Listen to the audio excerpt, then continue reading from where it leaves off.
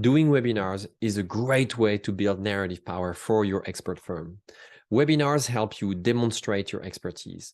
They help you validate it with prospects, clients, your team, and most importantly, with yourself. They are a chance to hone your perspective and to turn it from abstract concepts to tangible intellectual property that generates results for your business. But doing webinars requires preparation, and that can be overwhelming. I remember when I started working on webinars many years ago, I was really stressed about this idea. It was a very foreign concept to me, and it took me a while to get over this. In fact, I came up with a metaphor that I'd like to share with you, and that I hope will help you better prepare for your webinars. And the metaphor is to think about a webinar as a dinner party with your best friends. I call this the dinner party approach. What do I mean by this? When you think about a dinner party, what are the steps that you go through and what are the outcomes? Well, the first thing is to pick a date and to find a theme, right? So picking a date will help you make sure that it doesn't slip through the cracks and that it's going to be scheduled and that you apply gentle pressure on yourself and your team to come up with content and get ready to present it. If it's not on the calendar, chances are it will not happen. Now, finding and identifying the right theme, well, just like a dinner, are you going to serve fast food? Are you going to be into fine dining or easygoing, or is it going to be from another country than yours, a different culture? Are you exploring things that you've never cooked before? Similarly, you can approach the topic for a webinar the same thing. How much are you willing to venture, to take risk? Will you pick a topic that you know very, very well, like maybe your main framework, your main approach for how you do the work that you provide? These are the questions you need to go over. So think about these. They will help you relax and be more comfortable in what you are going to provide. Next, let's carry on with the dinner metaphor. You need fresh ingredients, right? So similar to how you would go to a market or go source ingredients for your menu, you're going to look at what is it that you can share with people. What are the pieces of knowledge, the insights you could share, the frameworks you could have people try? What is it that you have already at your disposal? And what is it that you need to come up with? I recommend to keep things simple. What is it that you know well already? Similarly, when you do a dinner, if you know where to find good ingredients, it makes things a lot easier. So same for you. What is it that you have already talked about? Can you repurpose an article, maybe a video or a piece of a small talk that you did somewhere if you want to motivate people? Whatever the piece might be, look around. You probably have way more than you need to carry a really great, to host a really great event.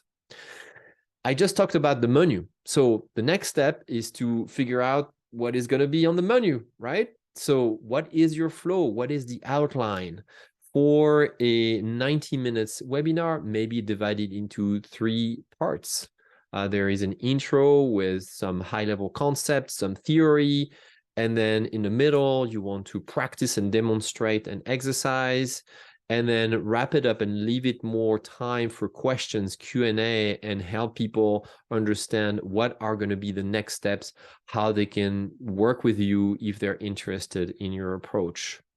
The menu needs to be simple, clear, appealing, and easy to understand, exciting, so that it looks like we're going to have a great time. Then comes the experience itself. So how do you want this experience to feel for people? Do you want it to be fun? Do you want to be deep? Do you want it to be deep? You need to think about how you're going to create a delightful experience for your guests, right? So think about it holistically, from the sign up to the follow-up activities, what is going to happen through the course of this event. The following step is to now enjoy the event, because guess what? It's a dinner party. You're putting on a party where you invite friends. So you want to be at your best. You want to show up with the best energy, be joyful. So when I do a webinar, I make sure that I have a good night of sleep the day before, that I wake up not with as little stress as possible. Of course, I can't completely avoid it. I have a family, I have a busy job, I have many things to do, but I carve out and I block the time right before. I don't schedule any meetings before. My webinars are at our 9 a.m. my time, so this enables me to do that. I do some stretching, I drink my favorite tea. I really put myself in the shoes of the best host possible, ready to welcome people with a cheerful attitude. So really, I encourage you to focus on this. I would in fact say that it's better to focus on the mindset and the attitude rather than over preparing. You don't need to over prepare. It's something that I do have a natural tendency to over prepare. I'm still working on this. Nobody's perfect. And these days I've really committed to shift towards coming to the event with my ideal, best, most authentic and real energy signature. So that's for the experience, hopefully focusing on enjoyment. And then comes the time to say goodbye and follow up. You know, after great dinner parties, I text my friend, they text me, we say thank you to each other. We make plans for what else are we gonna, you know, be doing together. Maybe we want to do some activities, do a little trip, or just reconvene at another time. Dinner parties, gathering of that sort, are there to really spark more chances to get together and to reconvene together. So the metaphor carries on here for you and your webinar. What are the follow-ups you can think of? Personal notes, text messages, phone calls. Hopefully you have a very important, you have a feedback form where you gather information about, you know, how was the experience, what could be improved, what other questions people may have, what other topics, meaning what other menus would they be delighted to experience the next time you do another event of that sort. You can be very creative here, but don't forget this essential part. The money is in the follow-up. Obviously, we're doing free webinars to have a special connections with great people, but ultimately we do this to feed our business. Now, this reminds me of one last piece of wisdom that I want to share with you, which is the guests, right? I see so many webinars with lots and lots of people, and I used to believe that the success of a webinar is measured based on quantity, how many people you come here to attend, which, you know, in part, you do want to have a certain number of people. Maybe you have a minimum number of people. I personally have a minimum number of people under which I will cancel and reschedule the webinar, and a maximum number of seats.